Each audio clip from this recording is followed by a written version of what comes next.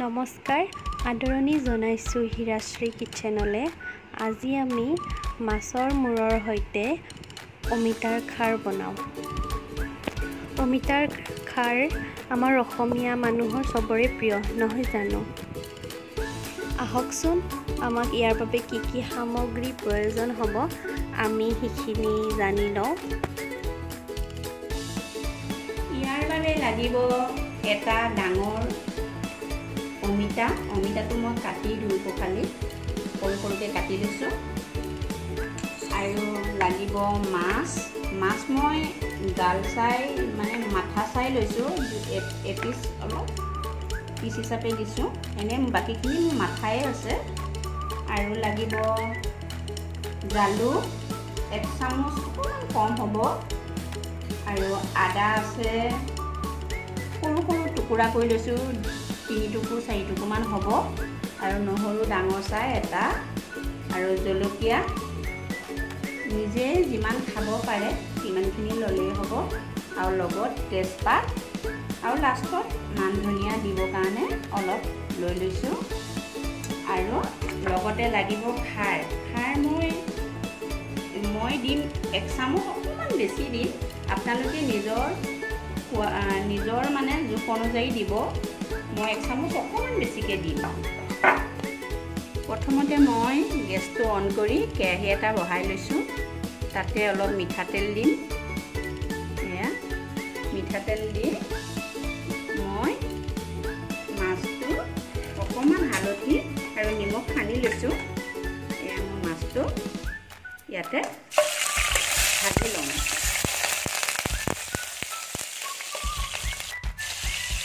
এতিয়া মই এই মাছটো ভাজা হৈছে। ইয়াতে মই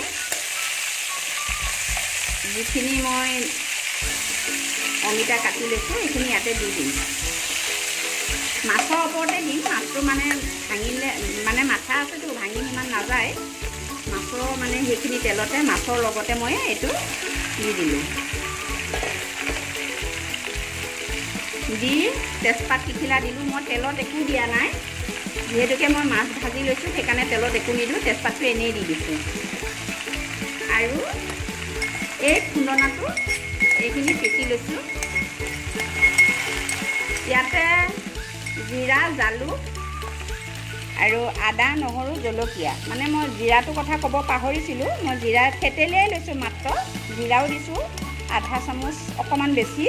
জিৰা জালুক আৰু আদা নহৰু এইখিনি মই ইয়াতে দি দিম।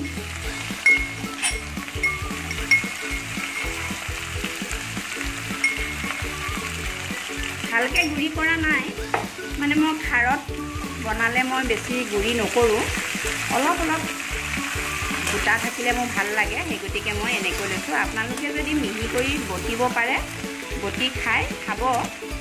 মই মানে এনেকৈ ভাল পাওঁ দেখি মই এনেকৈ দিছোঁ। ইয়াতে মই খাৰ দিম।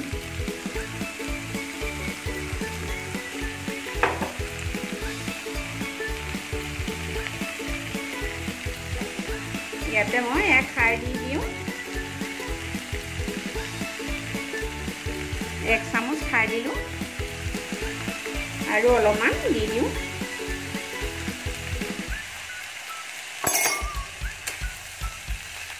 ইয়াতে খাৰ দিলোঁ আৰু নিমখ দিম। নিমখ আন্দাজমতে দিব। হালধিটো নিদিওঁ, মাছতে যি হালধি সানি লৈছিলোঁ সেইখিনিয়ে হ'ল। আচলতে খাৰত বোলে হালধি দিলে অপকাৰ কৰে, সেই গতিকে হালধিটো নিদিয়ে। এতিয়া মই এইটো অলপ টাইম ভাজিম। এয়া পানী ওলাব, এয়া পানী ওলাইছে।